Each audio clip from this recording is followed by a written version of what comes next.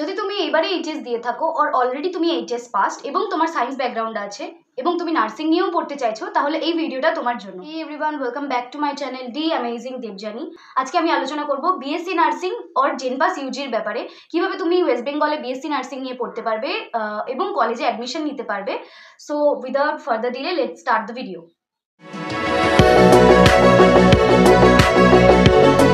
ফার্স্টেই আমি বলবো যে বিএসসি নার্সিং কি।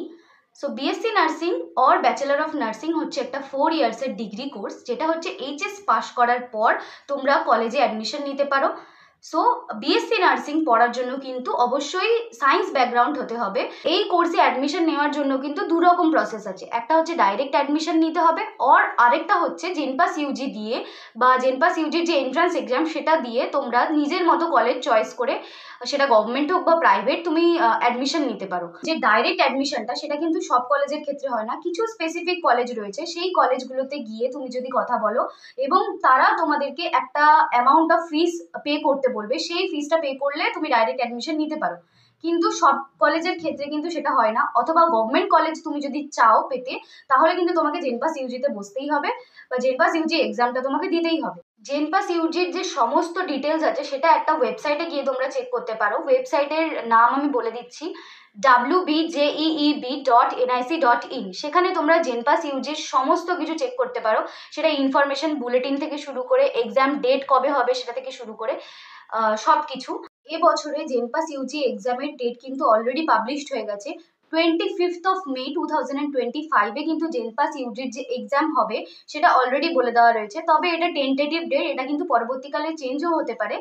এই জেনপাস ইউজি কিন্তু শুধুমাত্র নার্সিং স্টুডেন্টরাই নয়, যারা এইচএস এর পরে প্যারামেডিক্যাল নিয়ে পড়তে চাইছে বা ডিগ্রি করতে চাইছে প্যারামেডিক্যালে, তারাও কিন্তু জেনপাস ইউজি দিতে পারবে, অথবা হসপিটাল অ্যাডমিনিস্ট্রেশন নিয়ে যদি কেউ পড়তে চায় তাহলেও কিন্তু জেনপাস ইউজি দিতে পারবে।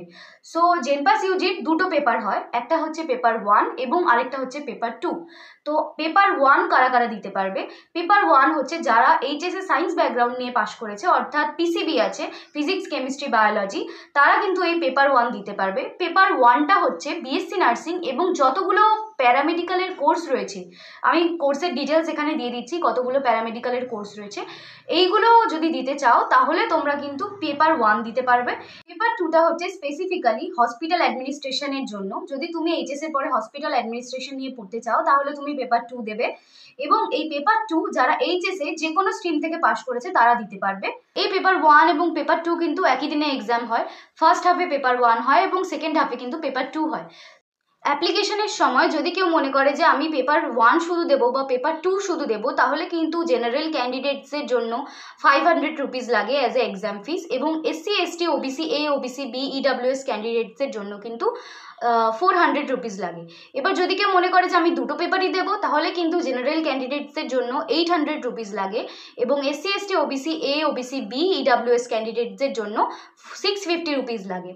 আমি এই ভিডিওতে শুধুমাত্র পেপার 1-এর বিএসসি নার্সিং নিয়েই আলোচনা করব।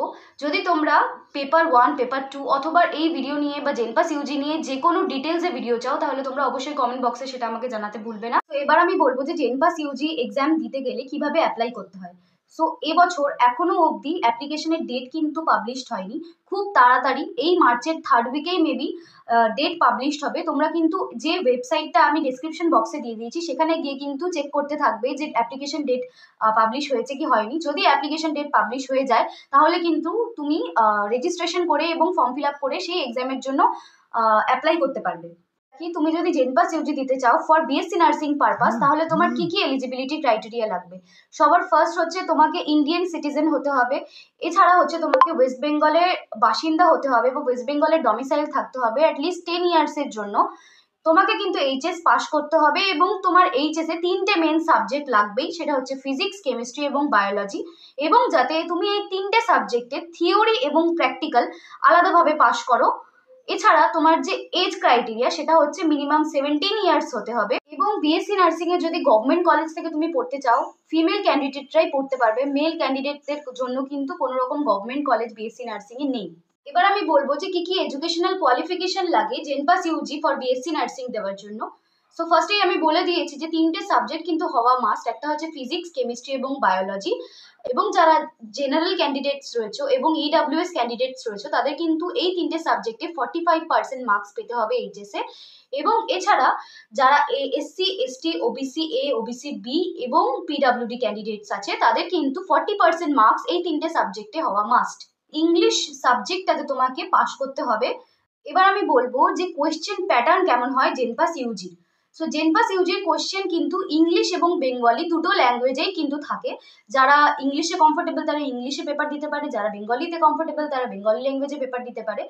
এই এক্সামে কিন্তু টোটাল 5টা সাবজেক্ট থেকে কোয়েশ্চেন আসে, physics, chemistry, biology, logical reasoning and basic English.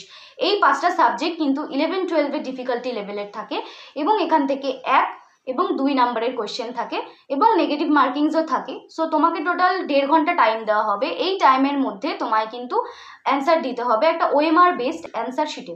2024-এর information bulletin অনুযায়ী কিন্তু 115 নাম্বারের কোয়েশ্চেন আগের বছর হয়েছে। এবছর কিন্তু কত মার্কসের কোয়েশ্চেন হবে সেটা এখনো বলে দেওয়া হয়নি।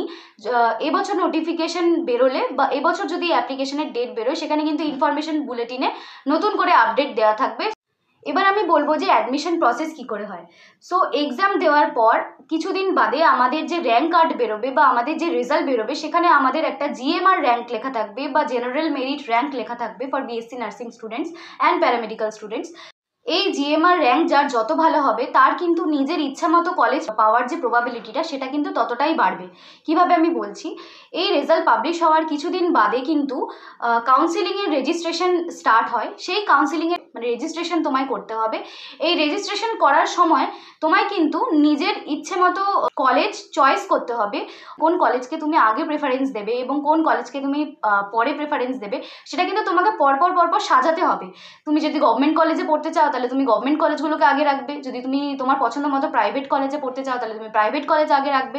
সো এই যে চয়েস ফিলিং সেটা তোমায় করতে হবে এবং তোমার জিএমআর এর ওপর বেস করে কিন্তু তোমায় কলেজ অ্যালট করা হবে। কাউন্সিলিং এর রেজিস্ট্রেশন এবং চয়েস ফিলিং করার কিছুদিন বাদেই কিন্তু এই কাউন্সিলিং এর রেজাল্টটা বেরোয়, যে রেজাল্টে কিন্তু লেখা থাকে যে তুমি কোন কলেজ পেয়েছো বা তোমাকে কোন কলেজ অ্যালট করা হয়েছে।